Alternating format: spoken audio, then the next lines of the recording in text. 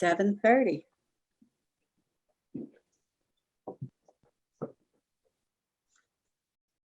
Wayne is on. Okay, I guess it's time to start.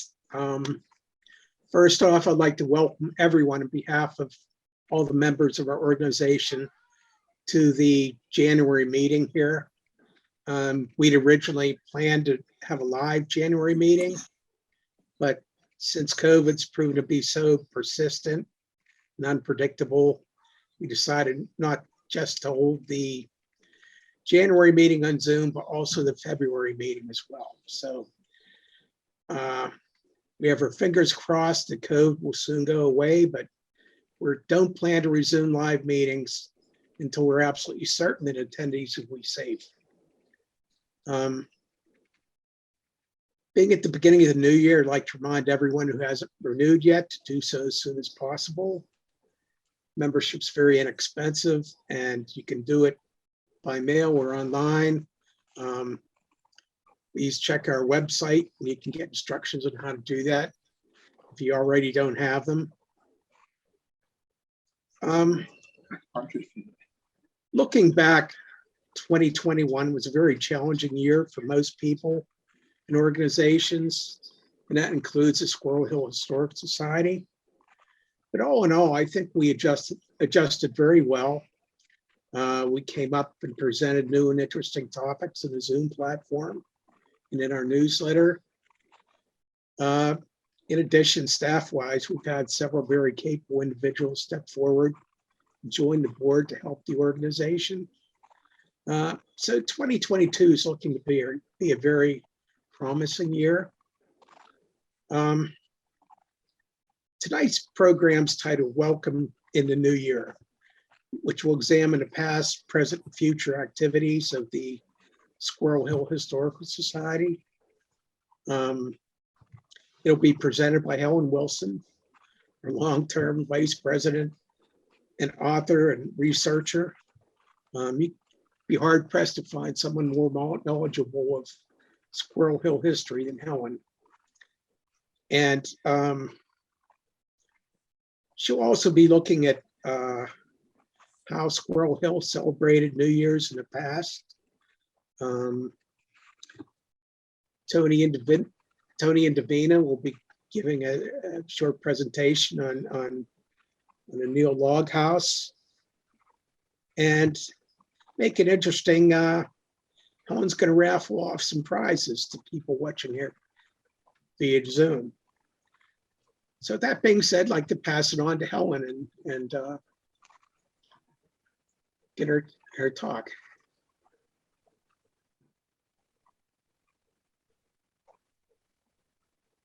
Right. Thank you. Let's see.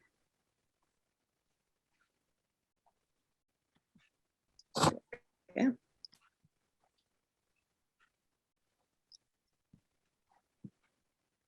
One more thing.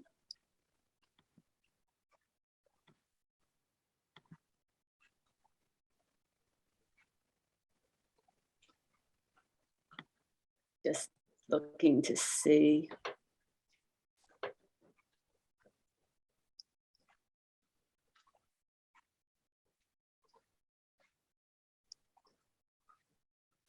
I'm sorry, I thought I could make myself disappear, but I did it earlier, but I'm not seeing. We like to see you. It's okay. Oh yeah, but People want to know who's speaking. I know, but I did it. Do you remember? This one? This one. There. Okay. No, it's better to have the full screen without me. Okay. So welcome, everyone. Squirrel Hill has changed over the years. The Squirrel Hill Historical Society is chronicling the changes.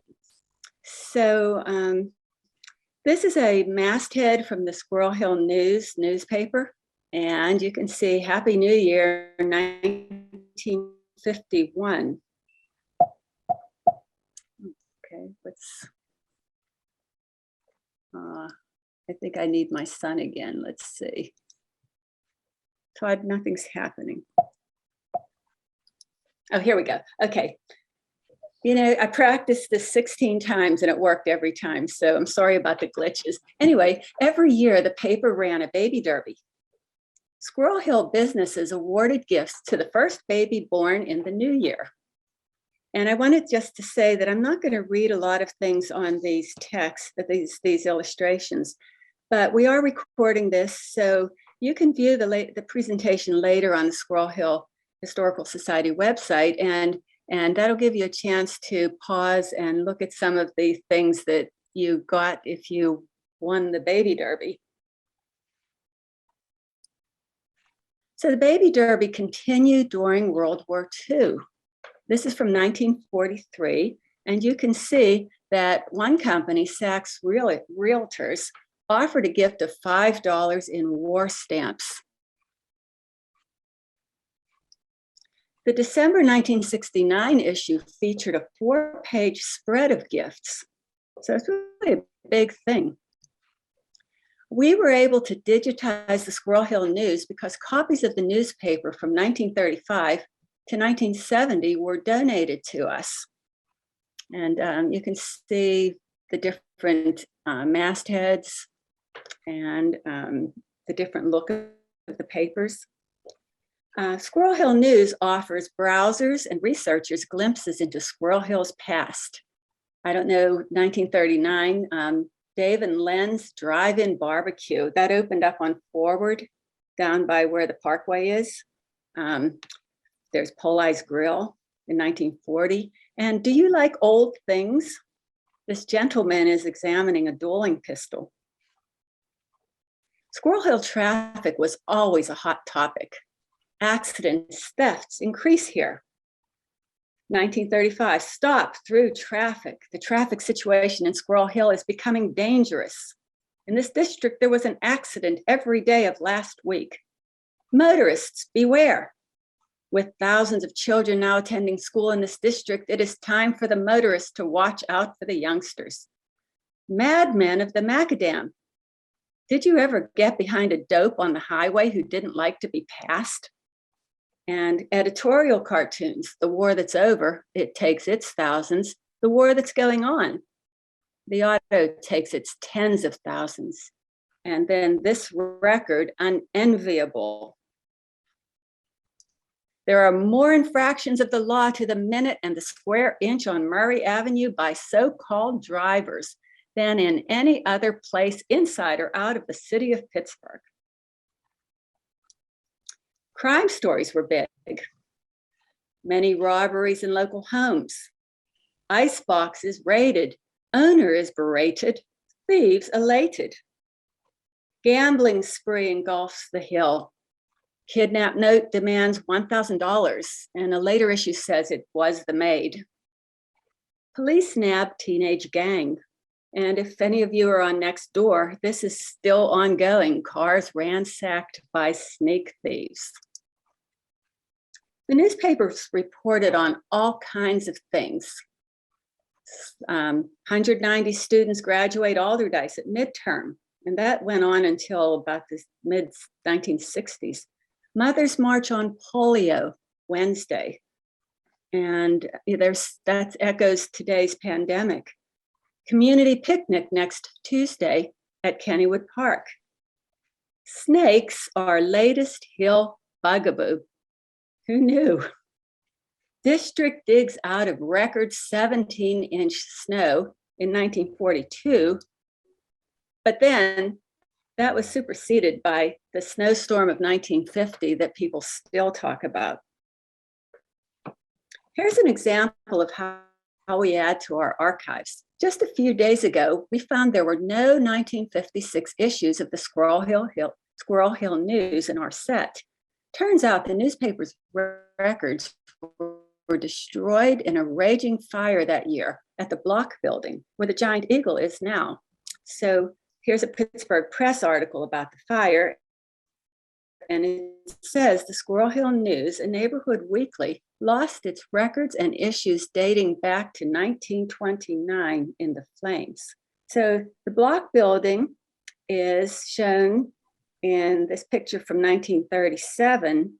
And today you could see that this building here is still here. It didn't burn because the article says that there was a little alleyway between these two buildings, and that saved this building. So there it is. But the block building and this building that looks like a big house was an apartment building where the article says the flames started and then spread to the block building. So those are gone, and the giant eagle has taken their place.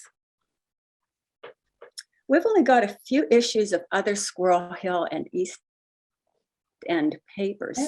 So if you have any of these in your attic to loan to us to scan, please let us, because we have just a few copies of the one of the Pittsburgh East, a few of the Squirrel Hill Gazette, and you can see it had two forms. It was long and thin and tall and glossy at first, and then it became more of a small newspaper. And then the forward. So that's Alderdice's newspaper. We had just a few copies of that. So here's some projects we're working on. And a lot of us do remember Ratner's. Mhm. Our premier activity is presenting programs. We've presented around 165 programs since 2006. Most of them were recorded, and you can see them. You can view them through the Squirrel Hill Historical Society website. If you look on the right, there's a list of the categories of our videos. And if you go to our website and click on videos and then see the categories, if you're looking for something in particular, click on that and you'll see the talks that relate to these headings. You can suggest a topic or volunteer to give a talk. Just contact us. This just gives you an idea of some of the programs we've offered since 2006. I'm not going to read them. You just glance over them. You can see there's a wide variety, and this is just a fraction of the 165 that we have. So just take a minute and look at them. And our upcoming programs for 2022. Yes, but somebody needs to mute, please. Okay, on February 8th, we have The Chinese Laundryman of Squirrel Hill and Homestead, and that's by Tammy Hepps. March is Perseverance, One Holocaust Survivor's Journey, and that's a book by Lee Goldman Kickel. April, The Characters of Alderdice by Raj Sherman. May, Neighborhoods of the Alikiski Valley. We get to know a little bit more about our neighbors, our neighboring communities. June is Report on the Restoration Effort of the Neil Log House, Tony Indovina and others. July, Family Clubs of Squirrel Hill by Eric Lidgy, who's the director of the Rao Jewish History Program and Archives at the Heinz History Center. We take a vacation in August, and then in September, History of the J&L Mill Site with a focus on women and African Americans, and that's by Jaquay Carter. We have programs in the works for October through December, so stay tuned. We'll announce them as they're finalized. So we also offer walking tours and field trips.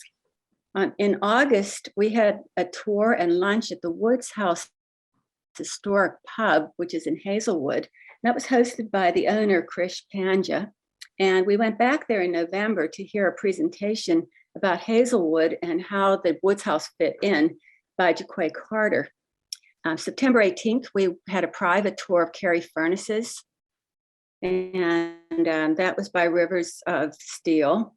And if you have a walking tour or field trip to suggest, please do. So this is our website. This is the first screen that comes up. We continually update it with current information about our programs and projects, and you can see the menu items. You can just glance at them and see there's the newspapers, there's the videos, and other programs we offer. Our newsletters go out to members every month. And after that, they're put on our password protected members page on our website. And you can look inside for information about upcoming programs and reports on our activities, articles about aspects of Squirrel Hill's history, and announcements of talks that they're by other organizations, but they would be of interest to our organization. And right before we started the meeting, we were talking about Squirrel Hill being a hill. And our last issue featured, you can see Squirrel Hill is a hill surrounded by a valley. You can submit an article to be considered for publication. We've published 2 books, but we haven't told the whole story yet. Maybe someday we'll write another book. Oh, I wanted to say, this is the Brown Mansion being lifted up the bluff by the Monongahela River near the Homestead Grays Bridge. And there's 2 other photographs that relate to this later on in the presentation, so I wanted to point that out to you. Our museum board at the Squirrel Hill branch of Carnegie Library features topics about Squirrel Hill's history. And the one that we have there now it's about what we've been working on during the pandemic, the projects we've been working on. Our house history project invites people to submit stories about their houses to put on our website. While the Squirrel Hill Historical Society doesn't research house histories, we can help you with suggestions and resources to do the research on your own. And what you see here is, this is a house plan for one of the houses in the 3200 block of Beechwood Boulevard, built in around 1905. So, just as today, you look through a book of plans and you select the house you want your builder to build. And over here, the Brown Mansion, once it was raised up the hill, burned down, and then it was rebuilt, and then eventually became the Jewish home for the aged. And here it's rebuilt, became James Ward's house. That was Sam Brown's nephew. And here it is in the 60s, still there. It was demolished when the new campus of the Jewish Association on Aging was built. So the Street Names Project is researching the names and histories of Squirrel Hill's over 200 streets, avenues, roads, lanes, courts, boulevards, bridges, and even an interstate highway. So this is just raw data right now. We're collecting information, and one of these days we will compile it into something that can be published. But glance and see if your street, if you live in Squirrel Hill, if your street is on here. If it isn't, please let us know. And if you know more about the history of your street, also let us know. And just as an example, here's Pecasset Street. We thought that was the name, an Indian name, a Native American name. But just a few years ago, a descendant of Mr. Suckup told us that was probably his predecessor's name spelled backward.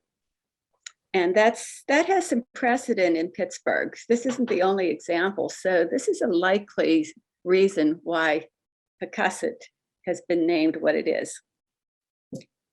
And if you want to see Squirrel Hill from top to bottom, take our driving tour of Squirrel Hill.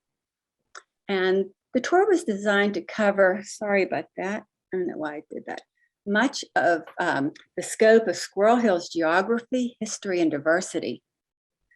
There's a paper map that's a printable map. It had to be revised a bit because Serpentine Road is closed, but you can see that it just extends from one end of Squirrel Hill to the other, north, south, east, and west. And I worked with Lauren Winkler, who's a Squirrel Hill Historical Society member, who digitized the tour and put it on our website.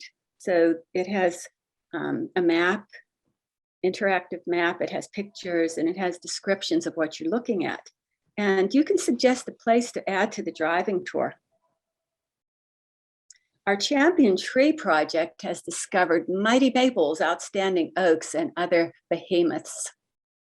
So as we were researching, we found that there were specimen trees grouped in in clumps of unusual trees. And so we decided to look into what are now classified as arboretums in Squirrel Hill. So this project we haven't really begun yet. If you're interested in helping with the research, please do.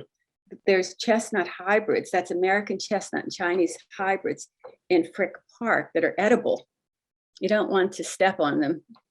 And then here's a London plane tree, a sycamore hybrid in Fern Hollow. And these plane trees and sycamores, that's a very interesting history as well. We've worked with the Squirrel Hill Urban Coalition to create a 2022 calendar featuring vintage photos of Squirrel Hill. And you can still get these calendars for purchase. Go to shuc.org. We have a photo archive, and we're looking for photos from individuals and organizations that haven't been published. If you have any you can loan to us to scan, we would really like to have them in our collection. Now, we've found that what people remember about Squirrel Hill is what the neighborhood was like when they were growing up. As time goes on, that should be singular, sorry about that. As time goes on, living memory solidifies into pictures and stories. So we're going to take a look at Squirrel Hill images through the years. Pre-1920s, there's Sam Brown's house lifted up the slope in 1903. This gives a better picture of the cribbing that was used and how the house was used. They used the rock layers to support the house. And there's the Neil log house. The photo isn't it has no date, but people were living in it. So this is a very old picture. The Worthington Mansion became Temple Sinai, but the house was built in 1909. The corner of Forbes and Murray around 1900, that's where Rite Aid is now. And there's the Murray was residential. Brown's Bridge was built in 1895, and it was replaced in 1937 by the Homestead Grays Bridge. 1920s, we have Forbes and Murray in 1926. Taylor Alderdice was built in 1927.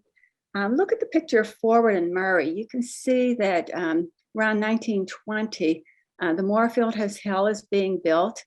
But what interests me is the ground in the lower right corner. That just shows how much fill must have been put there to raise that area, because right now it's certainly not that steep cliff. And then we have the Moorfield Apartment Hotel ready for guests in 1924. 1930s, Murray Avenue with its trolley tracks. The manor opened in the 1920s, but here it is in 1937. And the house on the left is actually still there. It's now Key Bank. Lost its front porch to an addition. World's first express stop station is opened by Golf. That's 1935. Forbes and Shady, there's a gas station. There's what became Rose and Drugs, and you can see that building is the one that's there now. And Beth Shalom put on its addition in 1931. The smaller synagogue to the left was built in 1922, and they added the larger addition in 1931. 1940s, there's Murray and Forward in 1945, Forbes and Shady in 1941. And if you look at Adele's, that's now Aladdin's, but that stepped roof structure is still there. You can still see that. Post office was dedicated in 1940, and the New Deal mural, very significant piece of artwork, was painted in 1942. Murray and Beacon in 1941, and maybe somebody can tell us why all those guys are hanging out on the corner. 1950s, GIs were stationed at Frick Park because they were part of an anti-aircraft battery that was protecting the Homestead steelworks during the Cold War. And Forbes and Shady with the trolley, that's undated, but the trolley tracks have not been asphalted over. So this picture was somewhere before the 1960s. Minadeo School opened in 1957, and that young lady in the red dress let us scan this postcard for our archives. 1960s, there's Murray Avenue and 65 with the Guild Theater. The American Legion Post 577, still there. It's now Orr's Jewelers, but the post is behind. And if you go behind and look at the brickwork, it looks like Orr's Jeweler did add on to the front, but it still looks like the old building in the back. So it's just an interesting piece of Squirrel Hill history. There's Forbes and Murray in 1967 with Sun Drug and Isley's and the newsstand and the Squirrel Hill Cafe and the bank. 1970s, there's the Squirrel Hill Fair, Forbes Avenue. It's a lot of people. Murray Avenue, Bagel Land, one of the few places you could get bagels in the 70s.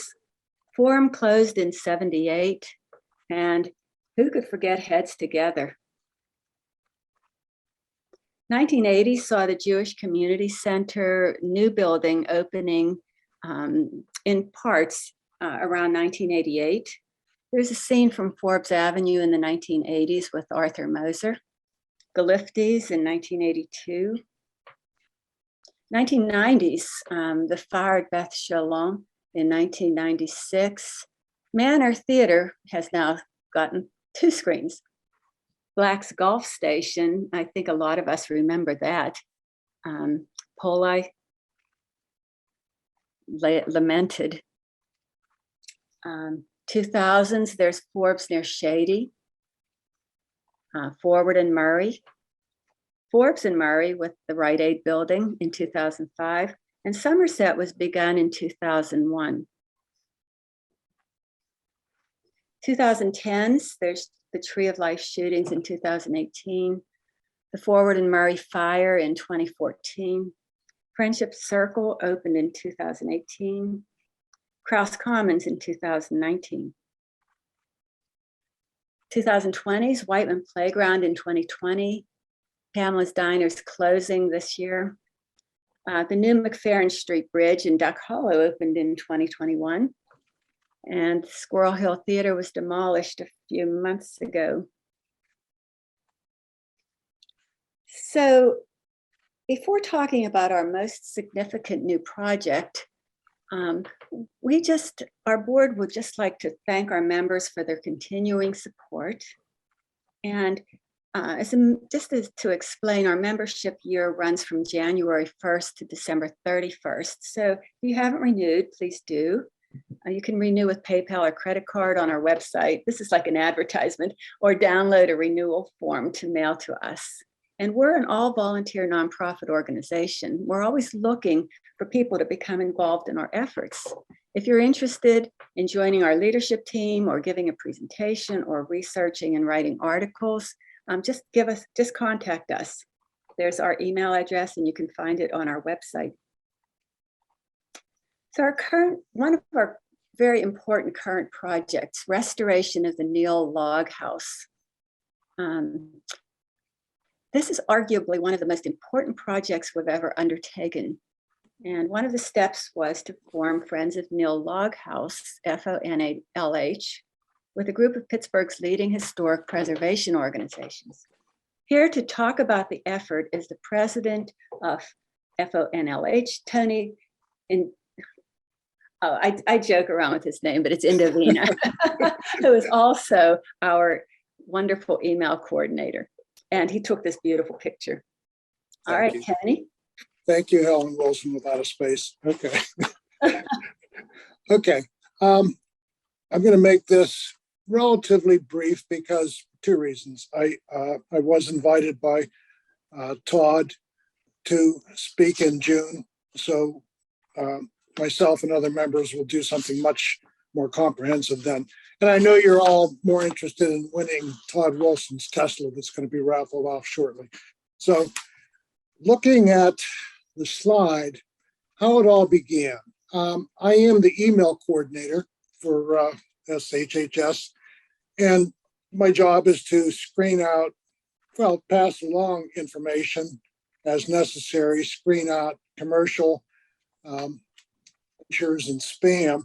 I received an email, it's rather mysterious, in August of 2019, talking about this Lewis and Clark National Trail experience and explaining that we had been invited to nominate the Neil Log House because there was National Park Service research suggesting that Meriwether Lewis, on his last trip to Pittsburgh before he launched his keelboat west to meet Clark and go on his historic journey, stopped to water his horses at the Neil Log House in Chenley Park. So I thought, there was a phone number. You know, I shared this with the executive committee and they were a little suspect, but there was a phone number in Washington, D.C. of the site administrator who explained that this is a site that was charged by the National Park Service to parallel the historic Lewis and Clark Trail across the country. This is what they call an ecotourism site that picks out places of interest along the Lewis and Clark Trail. And they had identified us because of Meriwether Lewis's possible connection. So that's how it all began. The rest is history, as they say. In October of 2020, I submitted, contributed an article to our newsletter on Meriwether Lewis and the Squirrel Hill. There was some interest. We also had one of our members, Charlie Stewart, who at that time I learned was the sixth great-grandson of Robert Neal, pop up and say, hey, what about this Neil Log House? So myself and the officers took a closer look at it and basically saw it in the condition that you see in that picture, which is kind of suspect, kind of leaning from the front. The door didn't close. Reportedly, there was a family of foxes living inside. Just a lot of deficiencies. It was Charlie who recommended, this goes to 2020, Charlie recommended a friend or acquaintance, a gentleman named Brad Mooney, who was really very renowned for in the historic preservation area, having been the chief restoration director of Fort Ligonier. Brad agreed to come to Pittsburgh and do an inspection of the Neil Log House for us, and really found it wanting. Okay, the last restoration was done by and it was really a reconstruction. The structure you see literally fell to the ground in 1969. There are pictures of it laying on the ground with the roof touching the ground. That was just prior to the scheduled 1970 restoration. So it was a complete reconstruction. The only absolutely, there may be one or two logs. Other than that, the only original parts of the structure are the chimney you're looking at and a very distinctive two-hearth fireplace on the inside. But it's on the original site, so there's a lot of historic distinction to it besides the history. Okay, that started us talking about getting together a group of individuals who could work with us and really kind of form an advocacy group to work with the city to identify who in the city was responsible for it. It is the Department of Public Works, and I was able to contact with individuals there, and they met us on site. That's when we had the inspection with Brad Mooney. Brad, unfortunately, passed away rather quickly. He got sick shortly after he did the inspection, and several months later passed away, but he left quite a legacy with this current work with the job that he did. So that started us on gathering a team of advocates, and what our goal was really to reach out to all the historic and preservation organizations in Pittsburgh, which we have done, and eventually, at present, we have a board structure that actually represents all the existing, all the important historic and preservation societies in Pittsburgh, as well as an executive committee that's headed up by the Squirrel Hill Historical Society and Squirrel Hill Urban Coalition. The Urban Coalition joined us early on because they got involved in this Lewis and Clark National Trail Experience website. The Neil Log House was the first place in Pittsburgh to be published on that. There is an interactive map that you could go to. We are literally the first site on the Lewis and Clark Trail that starts in Pittsburgh. Our friends, Marty Eisler, Marie Cohen at the Squirrel Hill Urban Coalition did quite a job and have since nominated and placed, I believe, more than a dozen other places on that interactive ecotourism map. So that's the background of how we got the team started and how we got to where we are. We are currently incorporated as the Friends of Neil Log House. One of the members of our board, the past president of the Squirrel Hill Urban Coalition, Ray Baum, is an attorney, has done pro bono work to put together legal paperwork for us. As it says right there, we are filing for 501c3 nonprofit status. Right now, any donations directed to the Neil Log House receive a tax deduction through the 501c3 of the Squirrel Hill Urban Coalition. As indicated there, and I'll just speak to the fundraising effort that Marty is undertaking. Marty is the chair of our fundraising committee. She decided to engage in what's called a quiet giving campaign that is basically an outreach to the members of both of our organizations for individual donations. And, you know, we've had a lot of generosity already. Charlie Stewart was the first to step forward, being an heir of Robert Neal and the most generous benefactor. But we've had others, including Helen Wilson and family. So, you know, we've had some response. Marty is very soon going to be changing gears, going from a quiet giving campaign to going public to really step up the fundraising effort. And that's kind of hand in hand with other fundraising work that she'll be doing. She has a whole spreadsheet of potential grant givers, major sources, and a lot of strings attached to major construction grants for a project like this. It's not easy, and I'll explain some of the technical things we have to put together.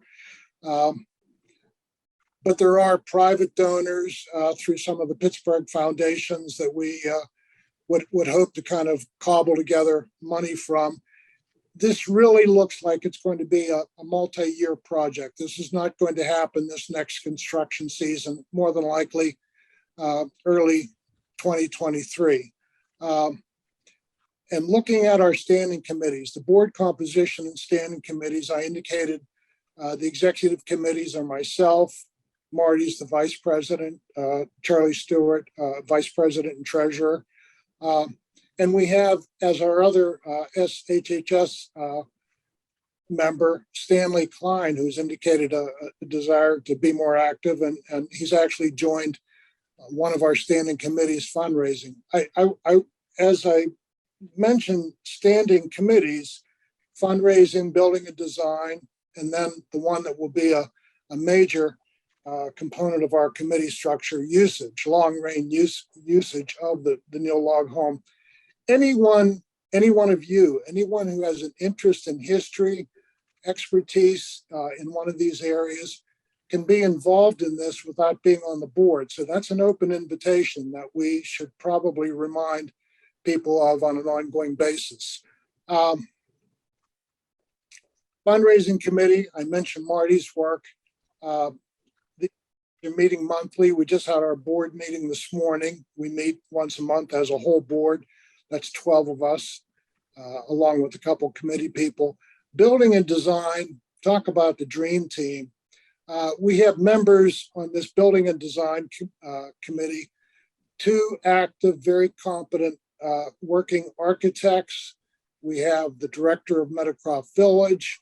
We have a retired architect who is a renowned historic preservationist. The work that they do is incredible. One of the documents they presented to the board this morning, it's going to take a little deciphering.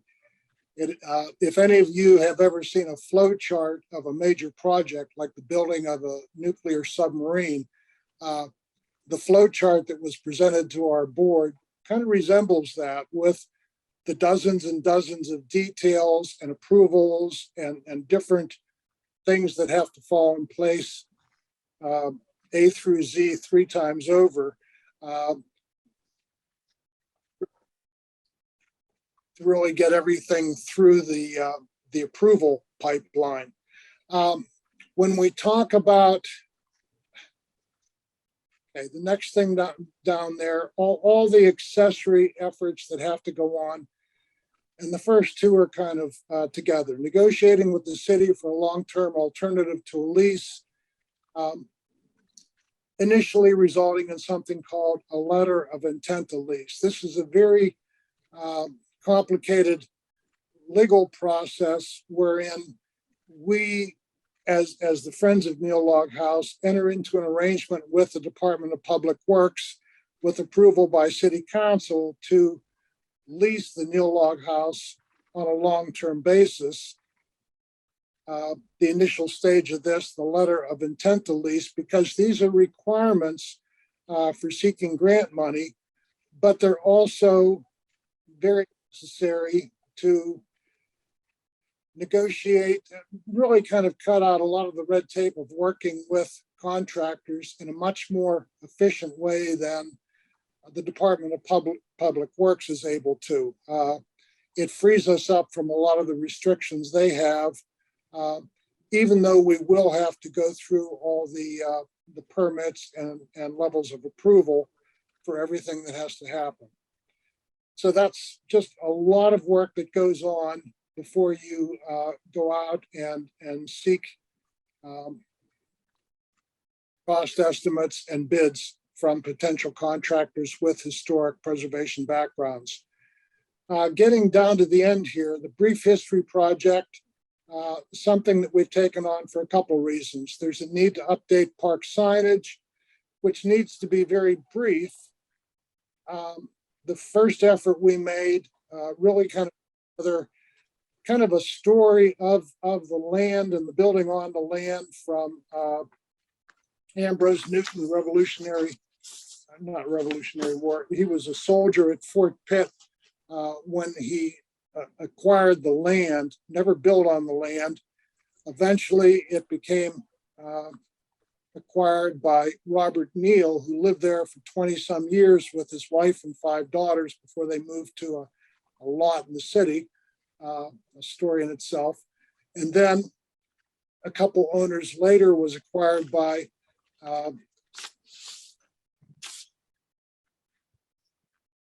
Shenley's father.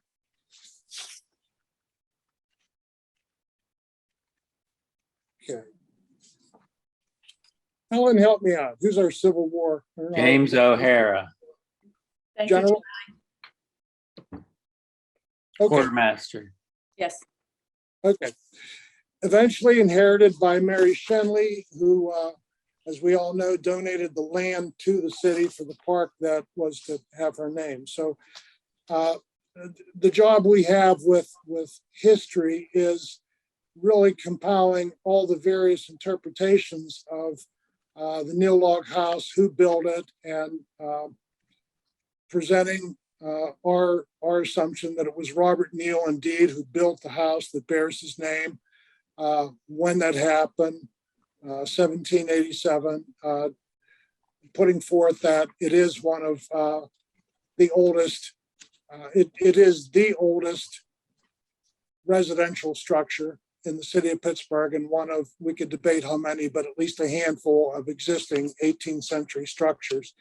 Along with that, the architectural distinctions of the house is something that we're going to be going to area universities to try to really document more. A gentleman named Robert Charles Stotts was the architect who worked with Pittsburgh History and Landmark Foundation for the 1970 reconstruction. Back in 1936-37, he actually wrote a major work on architectural structures in Western Pennsylvania, points out the Robert Neal House as the finest example of the log house in Western Pennsylvania. There are other examples looking at it, describing it as an example of what's called the Midland log house, which was the earliest log structures that were really meant to be permanent structures as opposed to log cabins that people lived in temporarily. So there are many facets of historic distinction to this place that we really hope to really base a lot of grant writing on. And the last effort that we have is working with collaborations, local universities, a major effort that we need to undertake to really kind of engage the universities that are right in our neighborhood to become involved with us, with the Neal Log House, with their curriculum, with field experiences that would really provide the basis for ongoing usage of the place, which is really the goal. The bottom picture at the right you're looking at was the inspection that we had back in March of last year, where many of us, we needed the face mask, not just for COVID, but it was quite mildewy in there. But we did an inventory of all the artifacts that are in there. We just acquired a very impressive set of documents from Pittsburgh History and Landmark that actually document all of those historic to the period artifacts that were donated by the Junior League of Pittsburgh back then. Most of what's in there came from them, from various antique dealers around the area. And it's all in there, and it's all in need of care. So we threw that out in the December newsletter. We're looking for a home for that because we have a desperate need to get the stuff out of there and have it cared for when we get into the actual construction phase.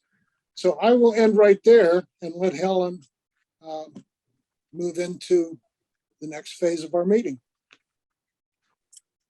Okay, thank you, Tony. This gives people a chance to actually see part of what the house looks like inside. So Yep. Anyway, think about that while we move on to our door prize raffle time. And I'm sorry, the trivia contest would have been fun, but it's got to be live because I don't know the technology that would have worked on Zoom. So we'll have door prizes. So here's what we'll do. My son has put all attendees' names on pieces of paper and put them in a bag.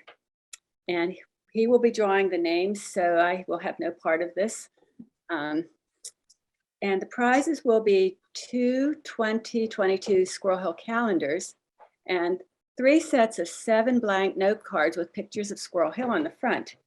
The person whose name is pulled first can choose the calendar or note cards. You get your choice, and so on down the line. And if you're a member, we have your address on file and we'll mail you your prize. But if you're not a member, you'll need to let us know by emailing us where to send it.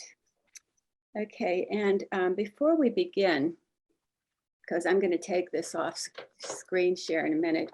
We wish you a very happy new year, safe, healthy, and productive.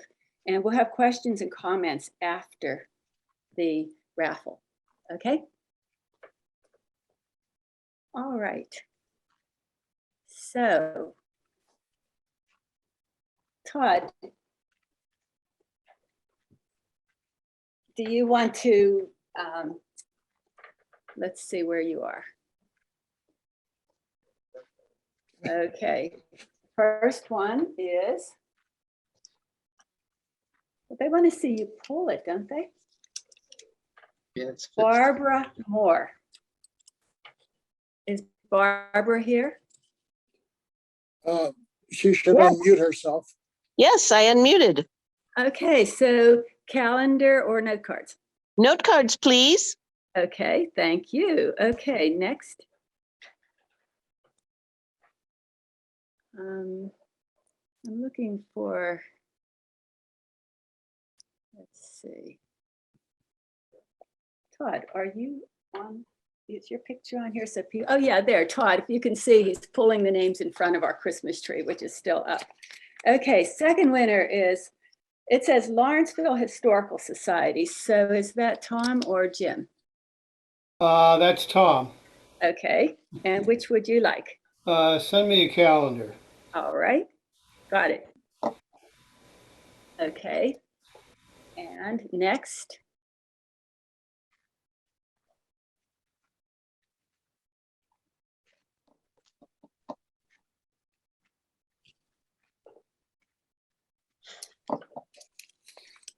Ronnie Lieberman.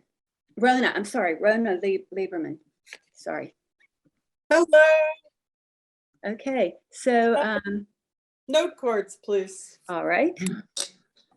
Still got. oh, calendar. Okay, so you're in two places? Yeah, I have an iPad open and a desktop open. Okay, I just wanted to check because Do you want I, to disqualify me because I've got two in? That's fine. hey, probably, but it doesn't matter. Okay, next is.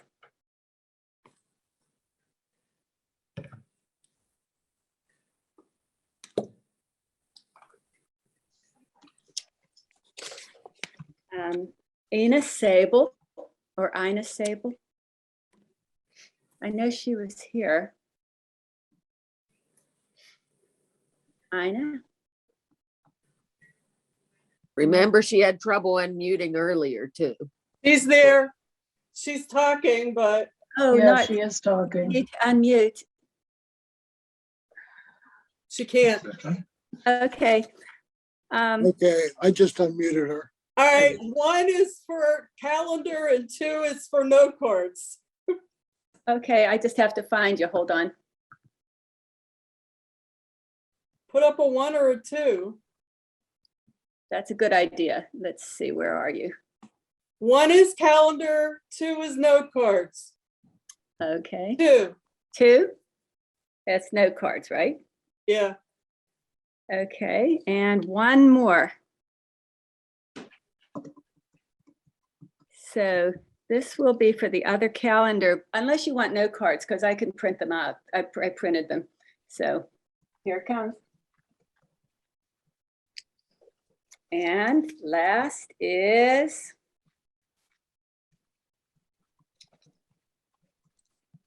sticky. You're not going to believe this. Aggie, my sister. It wasn't. Oh, yeah, way. Yeah. So, and Oh, I'll take the calendar. That's fine. all right, great. Wow. Wow. Thank you. Okay, so that ends our official part of our program. So are there any questions of anything that you heard tonight?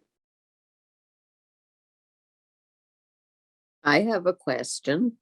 Okay. In your image of 1950s, you show Forbes and Shady, but it looks to me like it's Forbes and Murray.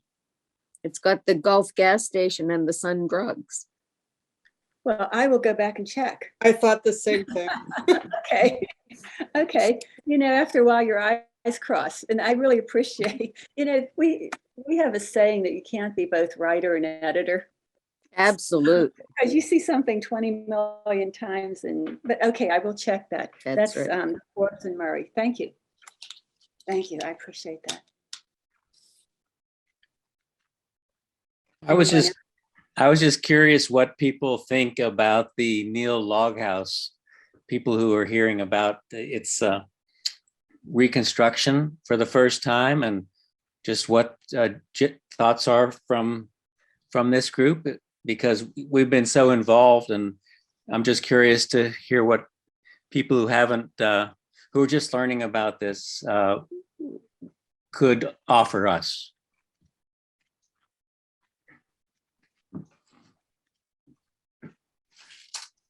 If I can butt in here on that, while you were talking, I opened up my copy of the Charles Stott's book, The Architectural Heritage, to look at the Neal House. And first off, he spells Neal, N-E-A-L. Yes, he does. Yes.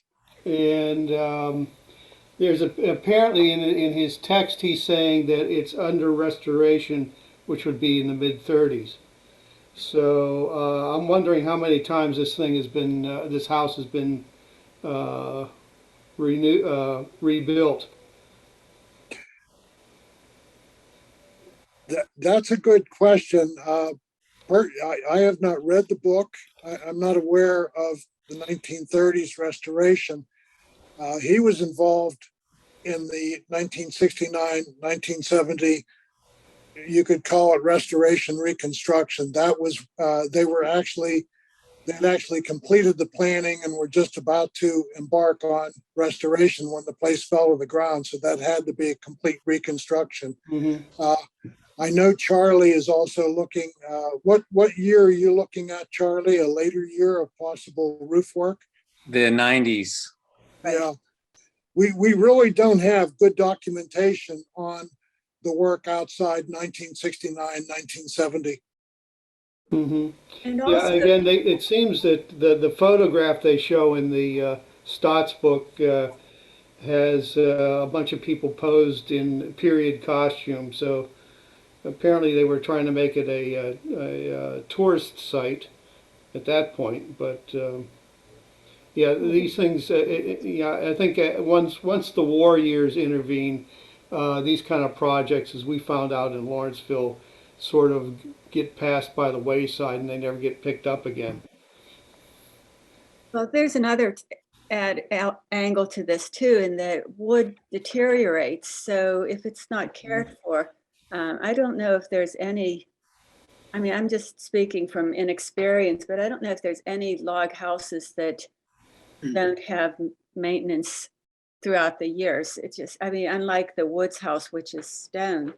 Yeah. And I just wanted to also speak to the spelling of Neil. We have gone over and over and over that, and it's, we're going with the most common spelling of Neil, N-E-I-L-L, but just as a related thing, a friend of mine just got a tombstone for a Revolutionary War soldier in Turner Cemetery, who is, we know him as Booker, but we have 6 different spellings of his name, and the tombstone from the government issue came as Boucher instead of Booker or Booker or Bacher, or so spelling was not a high point of the 1700s. Well, you can actually give that to other ages as well, because map makers in general, especially on the Hopkins maps, take a guess at the names. You mentioned Charles Suckup. Yep, that's another. That's had several spellings too. Right. But yeah, it's there was another trend, and I'll leave off with this, in the late 20s and early 30s, of taking log cabins, ripping them apart, and then joining them into bigger buildings. There's a couple of these out still in Fox Chapel. You know, where they rebuilt them and made them living rooms or dining rooms to a much larger mansion. So they were really after and tearing down and relocating classic log cabins in that era. It's an interesting topic, and that's why we decided to have a fuller, like devote a whole program to this in June. Mhm. Good question.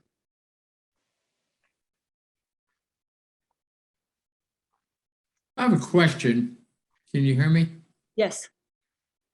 I love the idea that it's being renovated, but what happens to it then? You know, sitting in the park there, we have a lot of, unfortunately, individuals that like to damage things like that. And, you know, I'm sure once in a while it can be a tourist thing, but most of the time it's just going to sit there. So what are the plans to, you know, keep it in the condition that we want it to be in? Good question. Tony? That's the real challenge. Really providing a long-range permanent usage plan is really what we're challenged with having to decide upon. You need the means. You need, well, for example, what happened after 1969, 1970 was there was a period of time, and I'm not sure exactly how long it was. There was a docent there. There were periods of time when it was open to the public where they could go in and someone would explain period pieces and life in a colonial setting like that. That lasted a certain number of years, and then the door was closed, and it just became responsibility for a city department that just mowed the grass around it. And that's literally what's happened for a number of years, which is basically why we're confronted with the challenge we are today. There were no means, there was not a plan for continued use, educational use of the structure. So that is entirely what we're confronted with trying to figure out as we go through the restoration. It's not enough just to restore it, but to use it for the purposes that restoration justifies. And I think the committee decided the chain link fence will remain. Yes. So that it will remain secured, hopefully in a more appealing fashion, but it will remain secured. The lot might become landscaped eventually if you do everything to it that you'd like to, but depending on the means of it, and that's why I see collaboration perhaps with area universities as being the key for some kind of ongoing arrangement of being able to keep it open on a periodic basis for the public. Is the fence still up? Oh, yeah. Actually, I go by there frequently, but I can't recall right now. Is a fence around it? But when the fence was around it, it was terrible. Yeah. It's a high fence. It keeps the golf balls out. Yeah. It doesn't keep the groundhog and foxes out, though. Yeah. Right. Thank you. That is a question that happens to so many historical things, that you restore them and then after so many years, interest wanes. So one of the committees is going to be looking at usage and viability to keep it going as an educational structure. And any one of you can volunteer to be on the committee when it gets up and running. Now, all the emphasis is on fundraising and building and design, but later on, hopefully when the two committees do their work, then the majority of work will be an ongoing usage plan.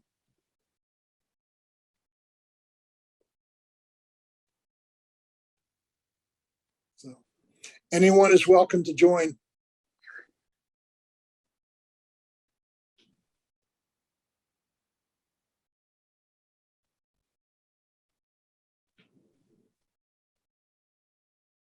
Well, any more questions? Well,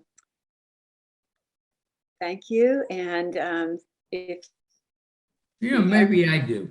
you're, I'm very interested in Oh, historic hey. things. well, And go ahead. I'm also 86 years old, have trouble moving around. And I just said to Ross Sherman is that, I'd like to do that, but what in the world could I contribute to that? Yeah. So maybe that's a question. What can somebody who is not going to be very good at construction? Yeah.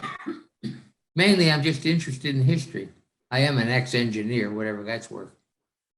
Okay. We could talk to you. All right. I will get back to you, and you're welcome to talk with us, Russ, about what you feel you might be able to help. But like I said, we're going to have standing committees and ad hoc committees to take care of a lot of side issues. I would be more than glad to share with you all the various work and see what you or any of your friends might feel good about fitting in with. Touch with you about that.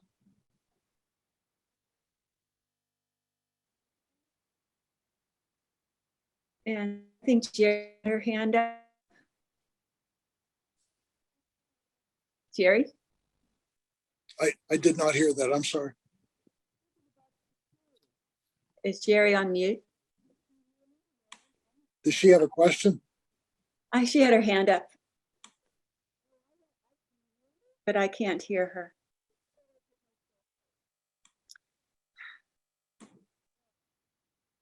No, she's not on mute. Jerry, did you have a question? You'll have to turn your device, the volume up.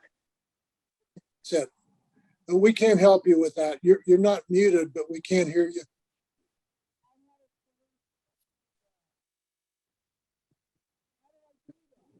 You're still not coming through. I'm sorry.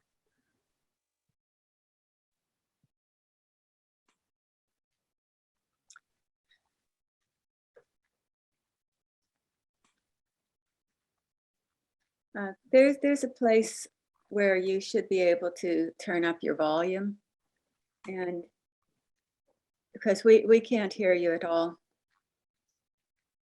Oh, sorry, it's not working. Okay, anyone else? Well, I would like to just, I don't know if Wayne is still here, but if yeah, Wayne. Yeah, I'm still here, Okay. but my image disappeared. I clicked Yeah. something and my image is gone. And I've been trying to get it back. I can't, but that's beside the point.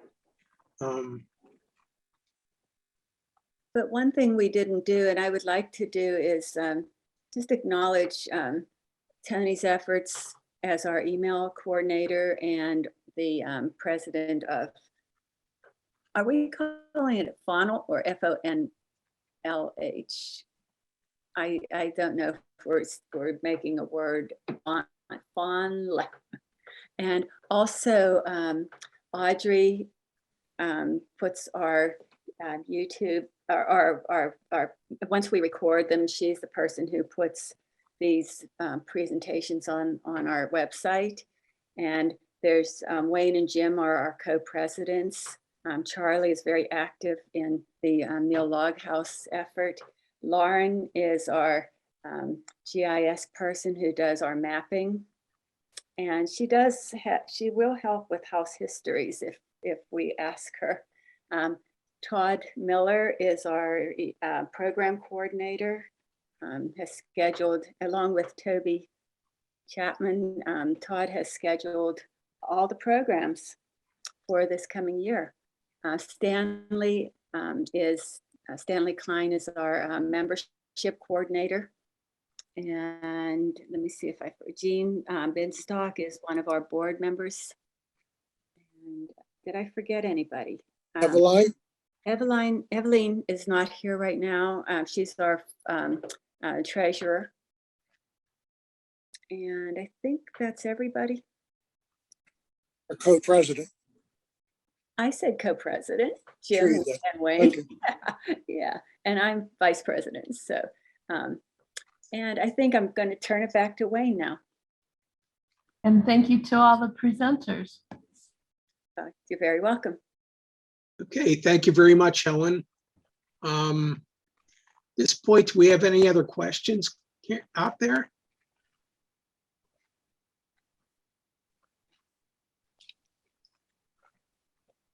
If not, I think we can call it a night and want to welcome, everyone's input. I mean, Helen mentioned names and everyone has contributed to this organization and we certainly appreciate that. We want to let everyone know that.